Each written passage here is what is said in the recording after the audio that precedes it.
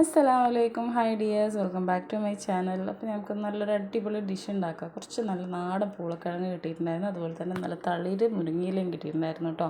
അപ്പോൾ നോമ്പായതുകൊണ്ട് പിന്നെ പറഞ്ഞിട്ട് വെച്ചിട്ടിരിക്കുകയായിരുന്നു. പിന്നെ ഇന്നലെ ശരി ഓക്കെ പറഞ്ഞിട്ട് അങ്ങനെ ഉണ്ടാക്കി ഞാൻ. പൂളക്കിഴങ്ങെല്ലാം നല്ല കഴുകി വൃത്തിയാക്കി വെട്ടി ചെറിയ ചെറിയ കഷ്ണങ്ങളാക്കി നുറുക്കി വെച്ചിട്ടുണ്ട്.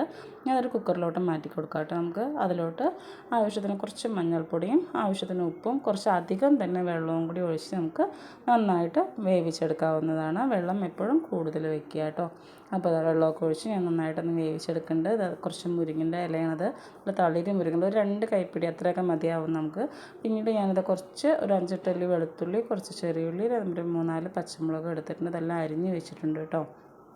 അപ്പോൾ തന്നെ നമ്മുടെ പൂളക്കിഴങ്ങെല്ലാം നന്നായിട്ട് വെന്ത് വന്നിട്ടുണ്ട്. അപ്പോൾ ഇതിൻ്റെ വെള്ളമെല്ലാം ഊറ്റി മാറ്റി വെച്ചിട്ടുണ്ട് കേട്ടോ ഞാൻ. പിന്നീട് ഒരു പാത്രത്തിലോട്ട് കുറച്ച് വെളിച്ചെണ്ണ ഒഴിച്ച് കൊടുത്തിട്ടുണ്ട്.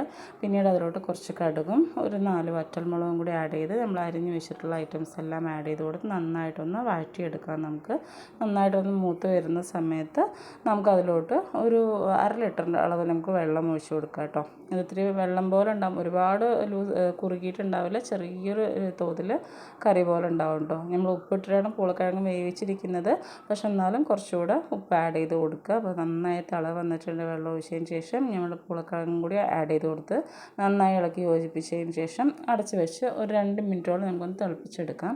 അപ്പോൾ നന്നായിട്ട് തിളച്ച് വന്നിട്ടുണ്ട്. ഇനി ഇതിലോട്ട് നമ്മുടെ മുരിങ്ങയിലയും കൂടി നന്നായിട്ട് കഴുകി വെച്ചതാണ്, ആ മുരിങ്ങയിലയും കൂടി ഒന്ന് ആഡ് ചെയ്ത് കൊടുക്കുക കേട്ടോ.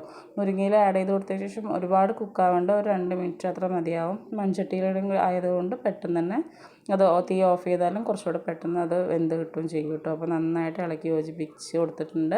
അവസാനമായിട്ട് അപ്പോൾ ഞാൻ തീ ഓഫ് ചെയ്തിട്ടുണ്ട് കേട്ടോ. അതിന് ശേഷമാണ് കുറച്ച് പച്ച വെളിച്ചെണ്ണയും കൂടി ഒഴിച്ച് കൊടുക്കുക. അപ്പോൾ നമ്മുടെ പൂളക്കിഴങ്ങും മുരിങ്ങയിലയും ഉപയോഗിച്ചിട്ടുള്ള സൂപ്പർ ഡിഷ് ഇവിടെ റെഡി ആയിട്ടുണ്ട്.